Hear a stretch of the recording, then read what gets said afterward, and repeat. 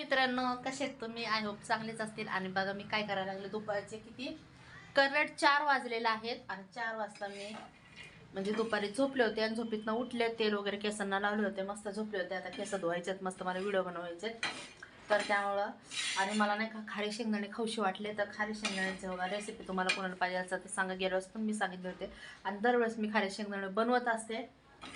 लेस fast बोलते का? बरं ठीक आहे. तर हळू बोलते आता. असं माझं मला जाणवलं की मी लई फास्ट बोलायला लागले. तर बघा ना किती छान कुरकुरीत खारे शेंगदाणे केले. चला तुम्हाला बॅक कॅमेरा करून दाखवते. कोणाला कोणाला खायचं सांगा मला.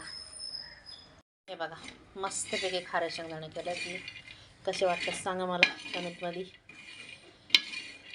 बघा कोणाला खायचे खारे शेंगदाणे. बघा झालेत का नाही खारे शेंगदाणे. जरा टाईम लागतो बरं का खारे शेंगदाणे करायला घरातल्या घरात, पण जाऊ द्या ना, घरचे ते घरचे. बघा लय भारी लागतात तो खारे शेंगदाणे, मला खूप आवडतात.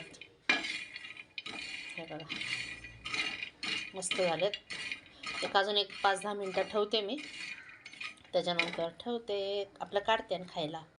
बघितलं ना खारे शेंगदाण्याची रेसिपी म्हणजे रेसिपी नाही सांगितली. आणि गेल्या वेळेस पण मी तुम्हाला सांगितलं होतं कसं बनवायचं काय बनवायचं, पण काय तिकडून काही कमेंटच आलं नाही. जाऊ द्या म्हटलं.